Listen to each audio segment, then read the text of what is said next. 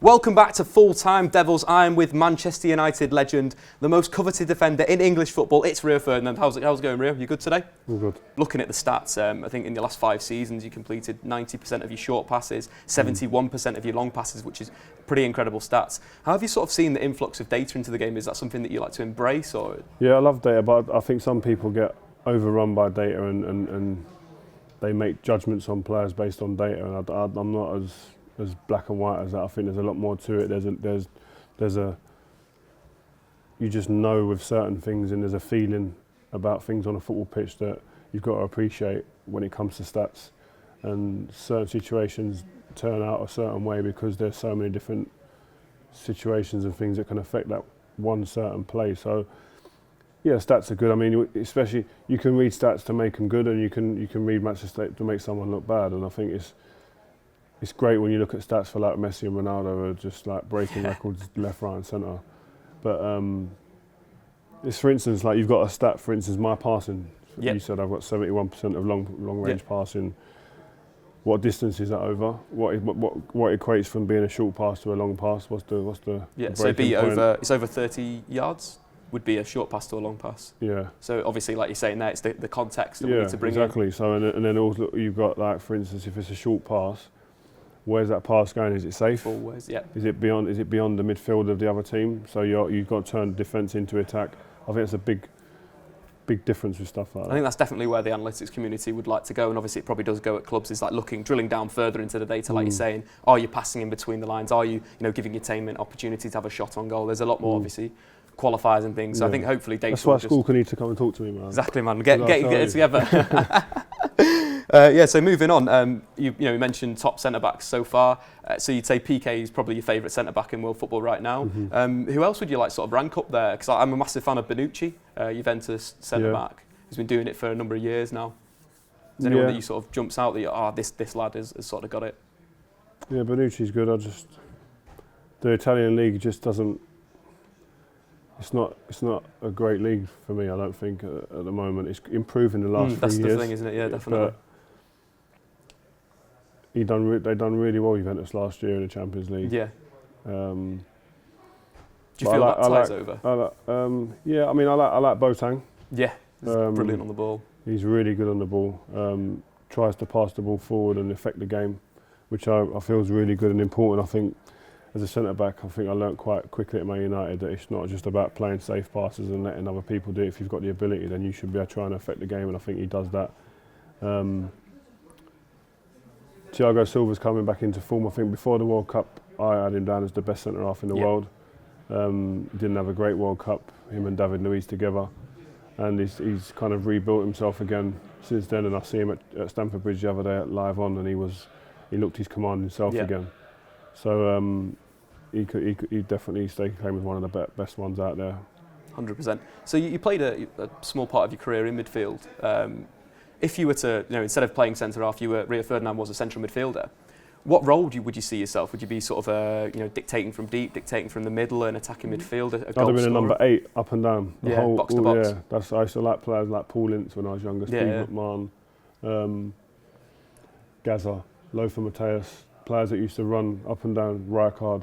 So because I was athletic and I enjoyed running past people and physically dominating them, and then getting the odd goal here and there. But like youth team, that's why I enjoyed playing youth team, because I used to play midfield. I was play centre half and we'd be losing or something, or drawing and needed a win. And they'd Rio in the middle. Yeah, throw me up front or in midfield, and you go on and just express yourself, and I enjoyed that. But yeah, I was a frustrated midfielder, number 10 type player. In training, I used to want to do the skills and stuff, and they get all the adulation, don't they? They get all the hype. We're the ones who sit there and put our bodies on the line for them, and they take all the glory. They show off, and you're putting the big tackles in and so forth. And very interesting. So if we were to make a midfield 3 now in world football, sort of the best 3 central midfielders, how would you sort of set that midfield up? Would you have 1 holding, 2 in front, or would you have sort of 2 holding and an attacking midfielder? It depends who I'm playing against. If I'm playing against a team who I think are better than my team and who attacking the little pockets inside forward type positions, and I'd play 2 holding. Yeah, I'd play Alonso, and I'd play Yeah, I'd play a lot. Busquets, Vidal. Alonso and Busquets, I'd play. That'd be pure ball retention. Yeah, we'd just take the ball off people. Stop them getting the ball in the danger areas, and then we'll just keep the ball all day long. And then I'd play in that hole. Who would I play? Throw some names at me. Mesut Ozil, he's been really good this season. De Bruyne, maybe. No. Iniesta. No. Rakitic, maybe doing a bit of pressing in there. No, they don't need to press. Thomas Muller, maybe. No. Tony Kroos. No. Let me come back to that one. Who I'd put in there? I'll probably put Messi in there, if I'm honest. I'll put Messi Number 10? in there. Yeah, I'll put Messi there. It's quite interesting to see like Messi's sort of evolved.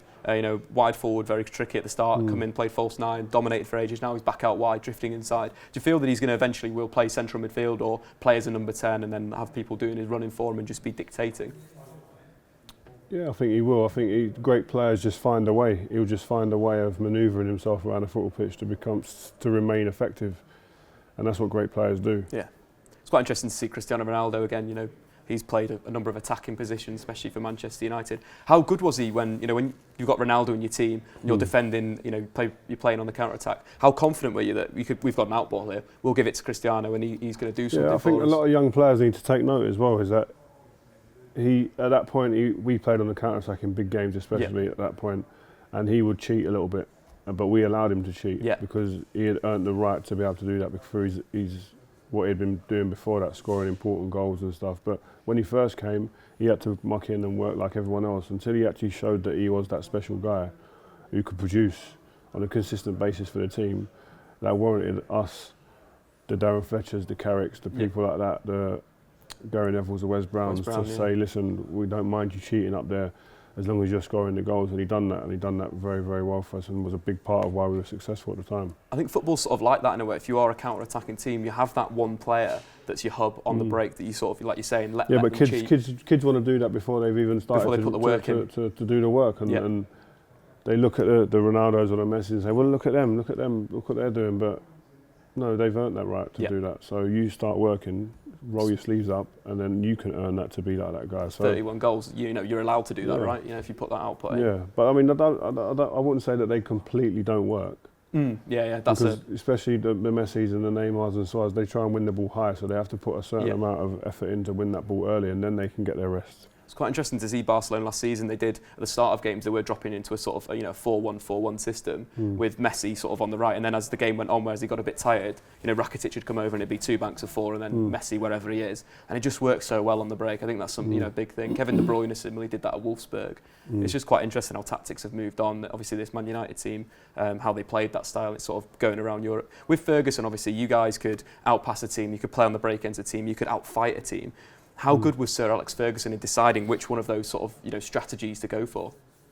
Yeah, he was really good. I mean, it's like we used to play Arsenal, and he made us really understand that physically they wouldn't be able to deal with us. We were stronger, we were quicker, we were more aggressive, we were more determined, and he knew we could play, but he said you'll beat them easier and more effectively if you overrun them, overpower them, trample over them, and that's what we've done invariably against Arsenal. We had a really good spell for a few years against them because they didn't like it when we used to really get up against them. So, like the semi-final was typical of that. When we at their place, where that feeling at their place where you just kind of feel a bit invincible, where you just felt they're not going to hurt us, but we are going to hurt them. It will either be physically or through goals, and we really tore them apart at their place. But at the same time, we used to go away from home and we'd go to Bolton or to Stoke, and people would say, you've got to fight. We'd have to fight the first 15, 20 minutes, get through that first 15 minutes, and then we put our foot on the ball and play and pass them teams to death a little bit. So you have to be adaptive. If you're going to be a top team, you've got to be able to adapt. Going back to sort of like when you were very dominant in Europe, Carlos Queiroz came to the club and apparently was massively tactically sort of evolved you even further than what Ferguson had done. What sort of work did he do with you in the training ground? How good was he as an assistant manager?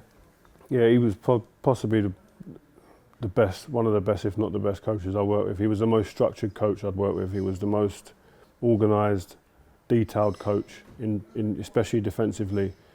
He set us up, so we kind of played on autopilot for many years. Many years after he left, there was a lot of his traits were still within the team.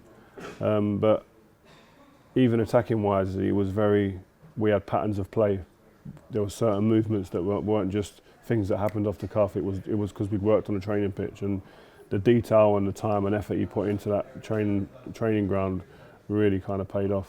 It's really interesting. It's sort of like where sort of NBA is going. There's quite a lot of set plays in there, a lot of rotation. NFL, do you kind of see football evolving that way, where or is it already there, where you have these set plays and you go, okay, right, we've seen that their attacking midfielder's dropping off a bit, or he's not pressing as high. We're going to play this play and go, or is it more that football? That's what bit more fluid? That's what makes football the best sport in the world for me. Is that it's a lot more, like you say, fluid. It's a lot more natural. It's a lot more the time, the place. Things just happen. Do you know what I mean? This game doesn't stop and start like them games. Yeah. The NFL and NBA are really stop-start games where you can set plays up and stuff. This is a more fluid, open, free-spirited type of game. Yeah, it's just brilliant. That's why I watch it, because of that, the fluidity and it's so different. It's interchanging. It's a fluid system, which is fantastic. The 4 players who stand out for me would be, in no particular order, would be Mahrez, Vardy, Kante, and Payet. Kante's so great that you brought him up. Yeah. How could where could do you see Kante in a Champions League side? I don't know. It's difficult to say, because you say we always build these players up, and you say, so and so at a so-called lesser club. Yep. Like, for instance, arguably a Leicester. Yep. He's doing great there. He's the best in his position in the country. Great stats this year. Blah blah blah.